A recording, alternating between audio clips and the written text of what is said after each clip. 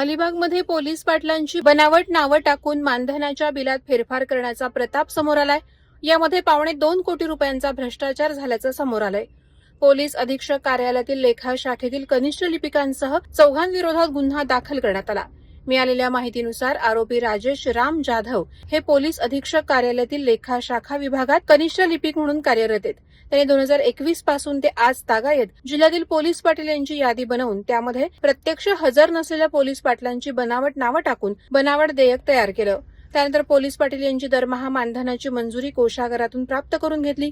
त्यानंतर पुन्हा या यादीमध्ये फेरफार करून दुसरी बनावट यादी तयार करून स्वतःच्या नावे 72,32,500 रुपये तसंच रिया राजेश जाधव या पोलीस पाटील नसताना त्यांच्या नावाचा मुदतवाढीचा खोटा दाखला बनवून त्यांच्या नावाने 1,05,96,000 रुपयांची रक्कम कोषागारातून काढली।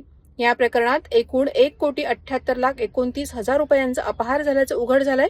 या प्रकरणी राजेश जाधव, रिया जाधव आणि इतर 2 अशा एकूण चौघांविरोधात अलिबाग पोलीस ठाण्यात गुन्हा दाखल करण्यात आलाय। वादळवारा लाईव्हसाठी धनंजय कवठेकर, अलिबाग।